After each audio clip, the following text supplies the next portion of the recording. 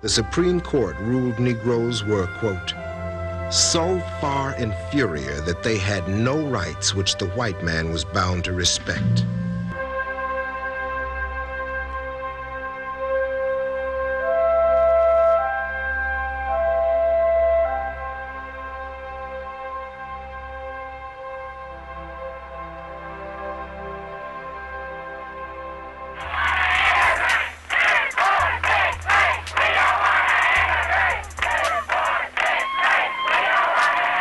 Anything to do with any until he came here. I mean, they never lived, well, what you'd say, close enough to us, or we just never around them, really.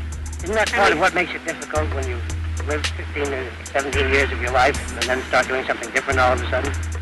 Well, I think, like, if a Spanish or a Chinese person came here, it wouldn't be hard to get along with them. It's just that the Negroes are what you might say more different to us than a Spanish person might be. Although they're called nonviolent or passive resistance, they're the most violent. I also think that it is in violation to my civil rights. If someone can say, "You must serve me," if a man owns an eating establishment, if he can't choose whom he pleases to serve or not to serve, that can affect me and you and anyone else. Going to school with colored children. Yes, sir, I think so. I mean, if I'm going to have to do it, I might as well get used to it. Well, now, what about this? Do you think that the trouble is with the students here in the high school and in the schools of Little Rock, or is it with the parents, or is it with outsiders, or where is the trouble? I think it's the parents. I mean, I saw, all these crowds out here and men kicking that Negro and everything. What do you think? Well, I think it was just downright un-American. I think it was the most terrible thing that has ever been seen in America. I mean, yeah, I guess I'm sounding patriotic or something like that, but I always thought that all men were created equal.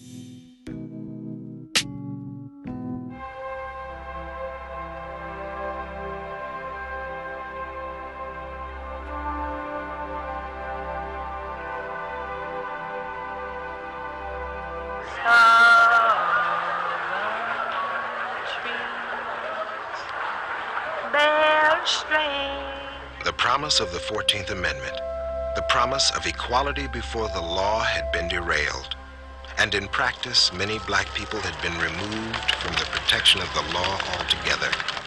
Charles Hamilton Houston, born on September 3, 1895 in Washington, D.C., to lawyer William LaPree Houston and seamstress Mary Hamilton Houston. Few people know the name of Charles Hamilton Houston, the man who killed Jim Crow. But this is his story, and the story of how African Americans won for themselves the equal protection of the Constitution. Charles Houston never rested. Doctors told him that he had to rest, and he said, "I can't rest." And then he had a favorite saying he used to say, "I would rather die on my feet than live on my knees." And he literally died on his feet. If you was white, you was all right. If you was brown, you could stick around. But as you black, brother, get back, get back, get back, get back, get back. 5 years before the Brown decision and 15 years before the 1964 Civil Rights Act, Charles Houston made a prediction and expressed his hopes for the future. There come times when it is possible to forecast the results of a contest, of a battle, of a lawsuit, long before the final event has taken place. And so far as our struggle for civil rights is concerned, the struggle for civil rights in America is won. What I am more concerned about is the fact that the Negro shall not be content simply with demanding an equal share in the existing system. It seems to me that his historical challenge is to make sure that the system which shall survive in the United States of America shall be a system which guarantees justice and freedom for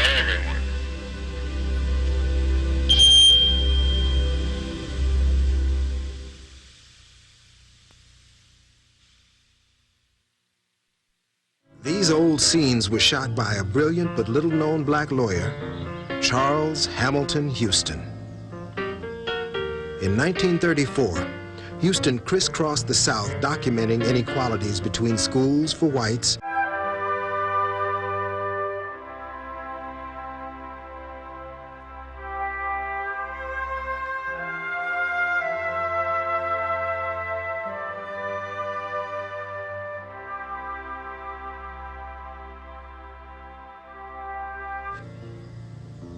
and schools for blacks. And it was just this visual essay in inequality. I mean, just the awful conditions that young black children went to school under. I mean, they had schoolhouses where there were cracks in the wall. They were crowded together on benches. Charles Hamilton Houston would lead one of the great legal campaigns of the 20th century, the struggle to destroy Jim Crow. A struggle whose crucial victory would come in the landmark 1954 Supreme Court decision, Brown versus Board of Education.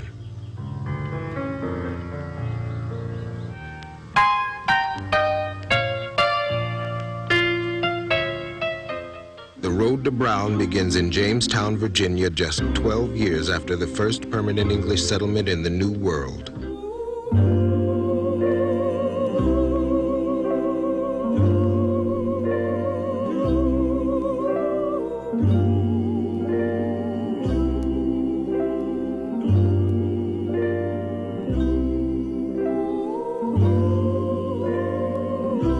How many head you got? 326, including the wench. This batch is all static. No syphilis, and they've all busting with seed. They stink because they eat like pigs, then they vomit all over themselves.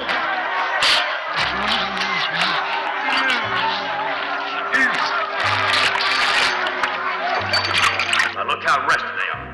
I travel some comfort. Each one got a space 6 foot by 2 foot. They can even turn around. Real stallions. Every night they so hot for pleasure and they all humping each other like a pack of dogs. And here's the wenches. All of them got pups and near all is pregnant again. How many? 112. You go $300 each? There in 1619, 20 African slaves were sold into bondage. All right, Father. $300 for the males, $200 for the females, $100 for the cubs. Agreed, yeah? It wasn't long before colonial laws were defining black slaves as property, not people.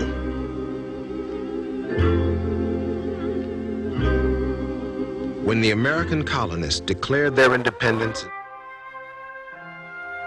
boldly asserted that all men are created equal, but they didn't include the slaves.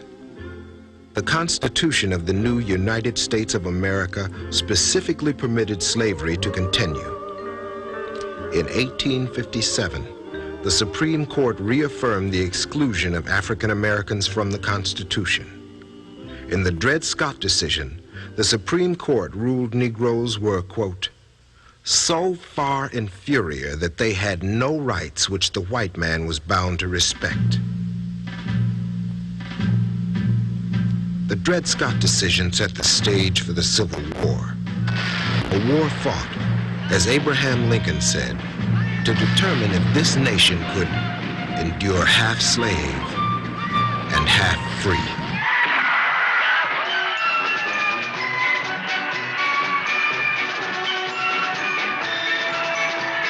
No more auction block for me, many thousand gone. With the North's victory, slavery was finally abolished by the 13th Amendment to the Constitution. The 14th Amendment then granted all citizens equal protection under the law. And then the 15th Amendment gave black people the right to vote. But in 1877, as federal troops were withdrawn from the South, state legislatures began passing new laws to undo the gains African Americans had made under the 13th, 14th, and 15th Amendments. As with Dred Scott, the Supreme Court would give constitutional sanction to racial discrimination. It was in 1896, in a case called Plessy versus Ferguson. It was this sanction, which Charles Houston would dedicate his life to overturning.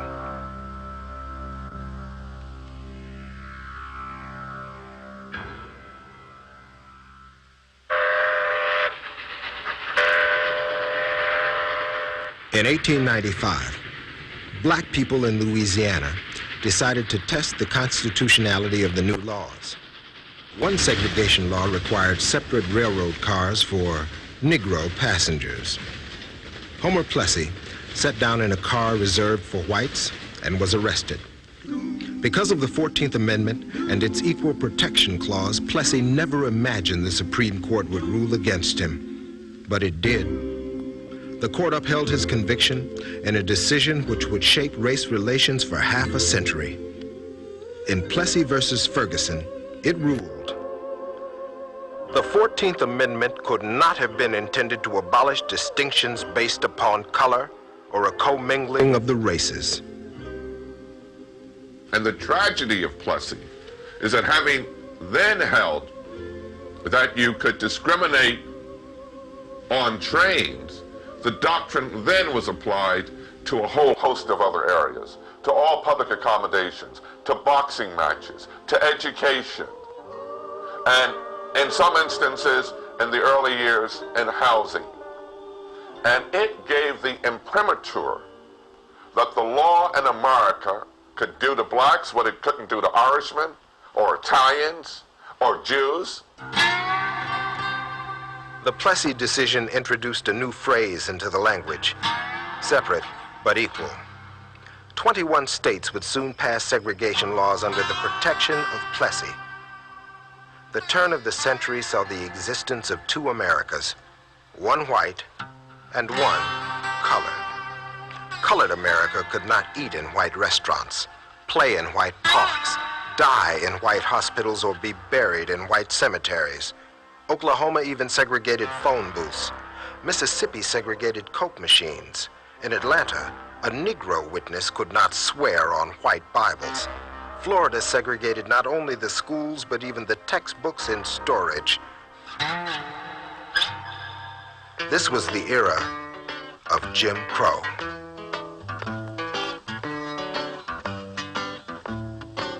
This little song that I'm singing about, people, you all know it's true. If you black and gotta work for a living now, this is what they will say to you. They say, if you's white, she's all right. If you's brown, stick around. But if you's black, oh, brother, get back, get back, get back.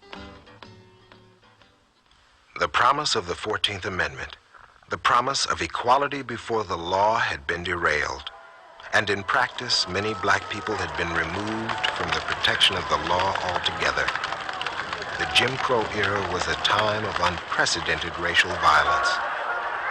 Over 2,000 African Americans were lynched in the first years of this century.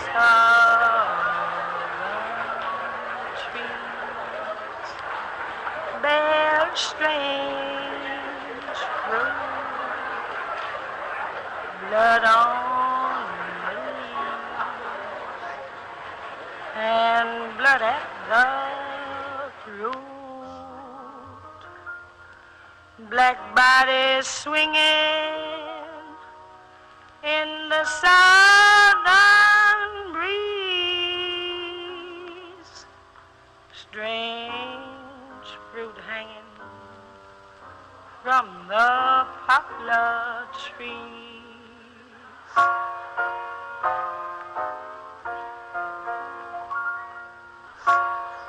This was the divided America in which Charles Hamilton Houston grew up. He was born in 1895 in Washington, D.C., 1 year before the Plessy decision.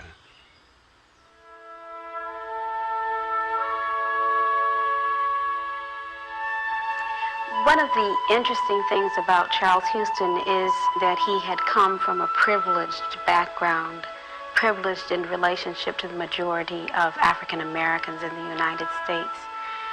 He had come from a family in which his mother had at one time been a teacher, His father was a lawyer. His father was the head of his own law firm. Charles had an opportunity to attend a high school that was designed to prepare black students for college. Houston went to Amherst College in Massachusetts, one of the only black students in the school. He graduated summa cum laude at the top of his class in 1915. He left school acutely aware of his minority status as a black man, but he had no plans for a life of legal or political activism. That was about to change.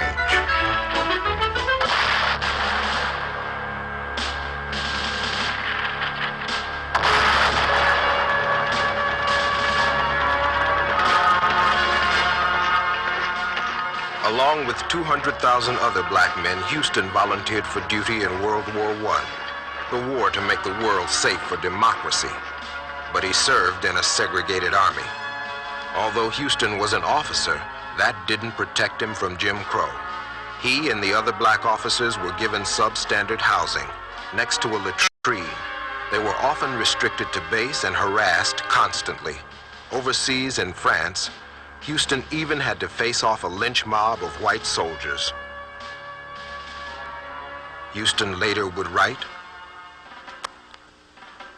"The hate and scorn showered on us Negro officers by our fellow Americans convinced me there was no sense in my dying for a world ruled by them.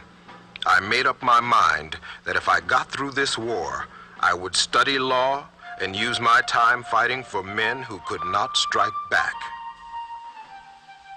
Thus, Charles Houston began to see even more clearly that it was the administration of law, the lack of justice, that was a primary concern for him, so that when he went to law school, he fully intended to begin to study the law with a view towards being able to use the law to change that situation for his people.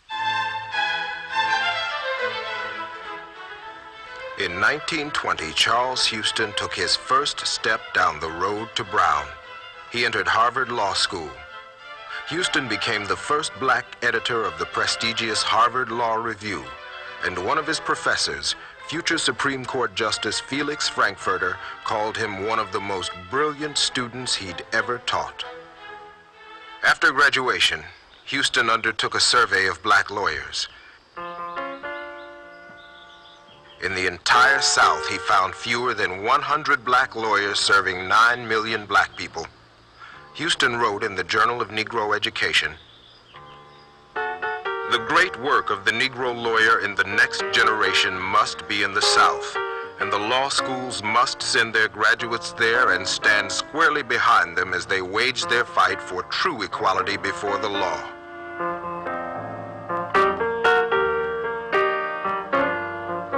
Houston realized that a legal challenge to the Jim Crow laws would require a cadre of young black lawyers armed with a zeal for social justice. Houston got the chance to forge this team in 1929. He was appointed Dean of the Howard University Law School.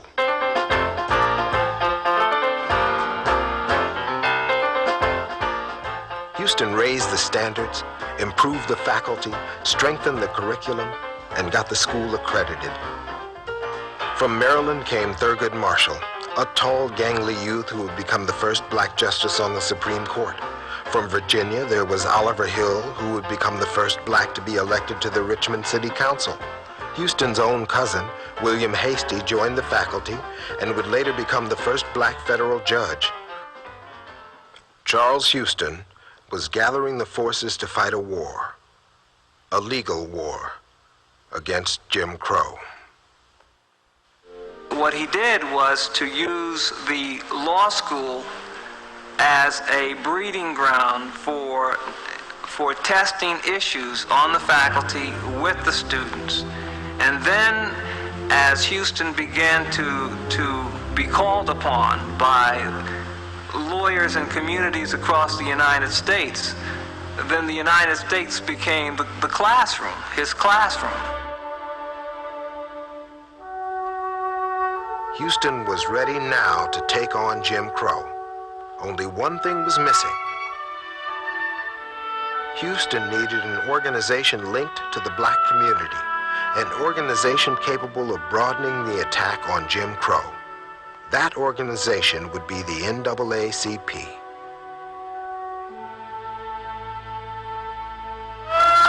Segregation is our enemy.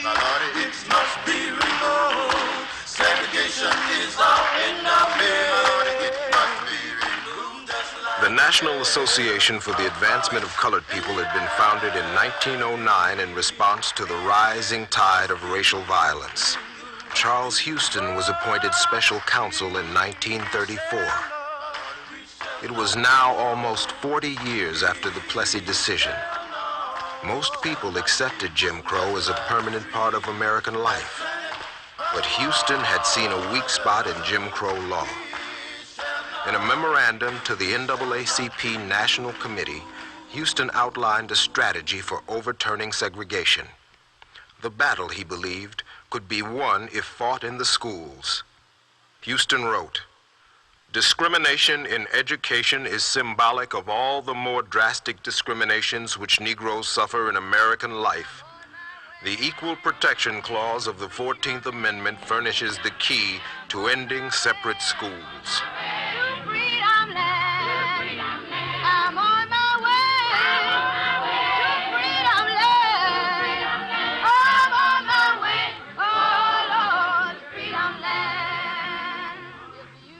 Houston proposed a two-stage attack on the separate but equal doctrine of the Plessy decision. First, he would build up precedents proving that separate facilities were not equal. Only then would he attack the principle of separateness itself. Juanita Stout, the first black woman on the Pennsylvania Supreme Court, began her career as Houston's legal secretary.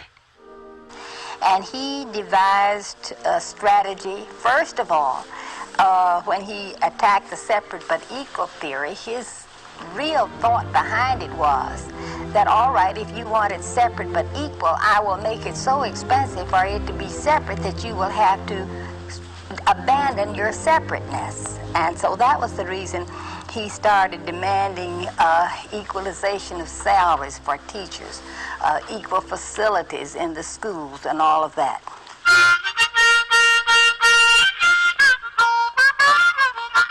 The week after his appointment as special counsel to the NAACP, Houston picked up a movie camera and headed for the back roads of South Carolina to document the inequalities between black and white education.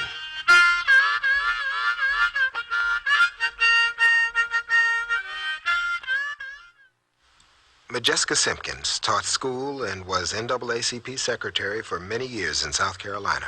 I was up at the bank, standing in line to get my check cashed. And there was a white teacher about 3 in front of me talking. They were just talking in line. And in the course of the conversation, I found out that she was teaching 6th grade. When they counted out the money to her, she was getting exactly twice as much as I was getting, and both of us were teaching 6th grade. But her hide was white and my hide was black. Now that went on in the South for years and years. Well, no matter what you were doing, the white man's work was just more valuable than the black man's work, no matter what category of labor or profession it was.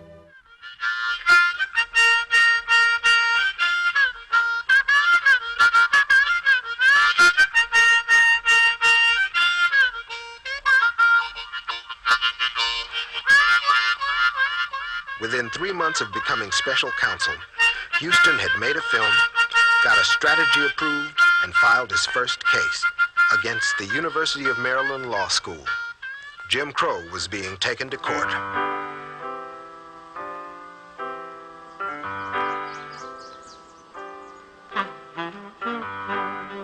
Donald Murray had been denied admission to the University of Maryland Law School, the only law school in the state, on the basis of his race. Charles Houston brought suit in municipal court. When the day came to argue the case, Houston asked the community to dress up and attend the trial.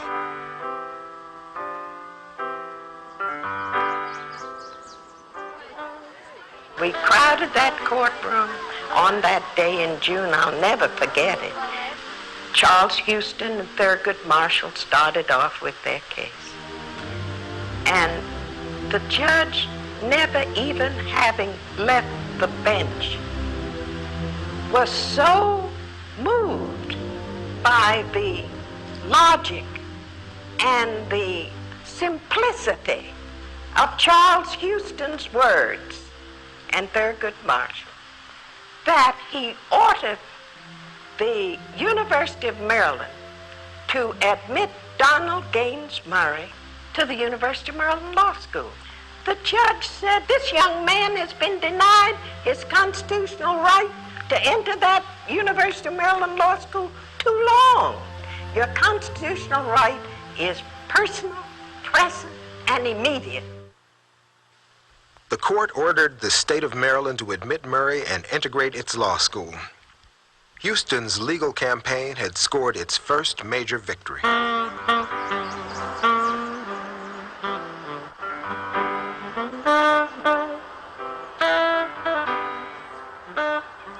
Charles Houston targeted teachers' salaries next.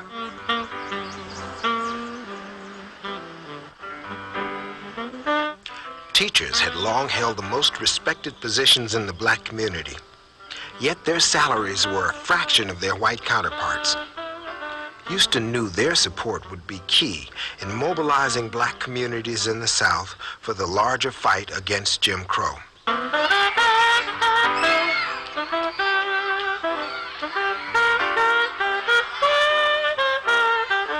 In case after case, Southern school districts were forced to equalize teachers' salaries. Black teachers saw their paychecks double. Support for the legal attack on Jim Crow grew.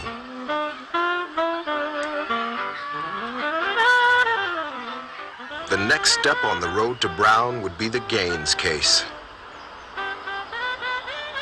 Charles H. Houston brought this case seeking his admission into the law school. That is the only time in my life, grade school, high school, college, or graduate school, or professional school, that I ever cut class. But even though I was a teenager, I had heard of Charles H. Houston, and I had a lifelong ambition to be a lawyer myself. And when I heard that Charles H. Houston was coming to Jefferson City, Missouri, I cut class and went to the Supreme Court of Missouri that day, and I was thrilled. Gaines was a citizen of Missouri, and he had the temerity to believe that since the state had only one law school, that he should be able to attend it. But the Missouri Supreme Court, tragically, in a unanimous opinion, that state court said, that since there were schools available in Nebraska and in Illinois and in Iowa, which would accept blacks, that Gaines would have to go to one of the schools bordering Missouri rather than to go into his own native land. But now Houston could appeal the Missouri court's ruling to the Supreme Court. A decision here would apply to all the states.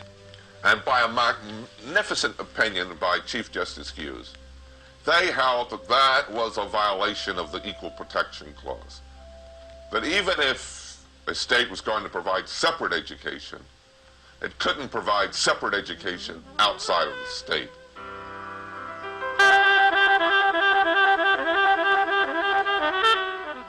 With the Gaines victory, the precedents against segregation were mounting higher and higher. Jim Crow was headed for a showdown in the U.S. Supreme Court. No more Jim Crow. No more Jim Crow. No more Jim Crow. Over me, over me. And before I could be a slave, don't you know I'd be a berry in my brain and go up home to my Lord and be free, In 1940, after 6 years as special counsel, Houston left the NAACP. His former student and assistant, Thurgood Marshall, was named as his successor. Marshall met Vivian Buster Bury. His personal life took a turn as well. Vivian was, he said, a cute chick. The two fell in love and were married on September 4th, 1929, as Thurgood was entering his last year at Lincoln. On October 1st, 1967, Thurgood Marshall became the first African-American Supreme Court Justice in the history of the United States. Together with other NAACP lawyers, Marshall continued to challenge unequal facilities in graduate schools in case after case. Meanwhile, Houston switched his attention to attacking segregation in transportation, public accommodations, housing, and labor. These cases provided additional precedents for the final assault on Plessy.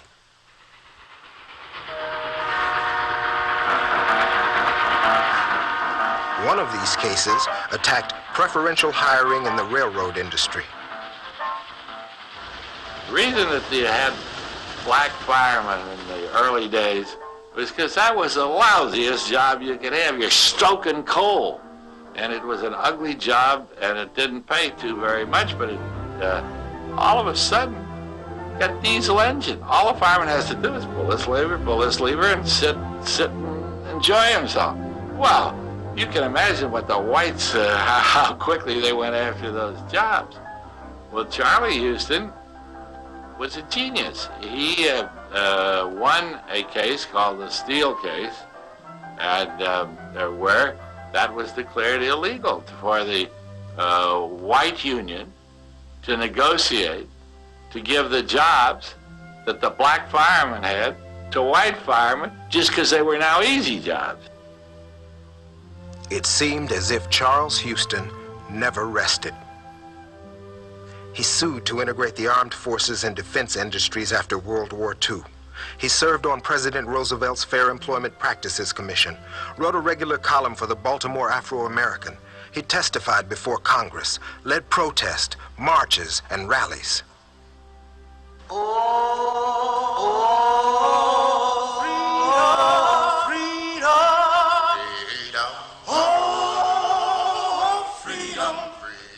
Houston was cautioned by his doctor to cut back on his work. His already weak heart had been aggravated by the stress of his travels and endless litigation. But although his heart condition steadily deteriorated, Houston worked his normal 14 to 19-hour days.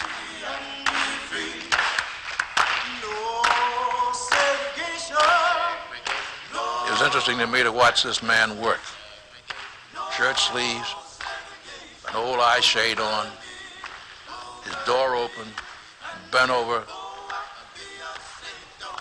a big book, reading it very closely and making notes.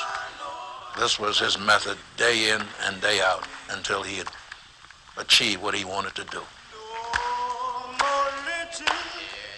The thing about Houston that impressed me so much was the fact that he did not realize his own greatness. And before I be a slave, don't you know I'll be a buried in my grave and go up over to my Lord and be free. Charles Hamilton Houston died of heart failure on April 22nd, 1950. He was 54 years old.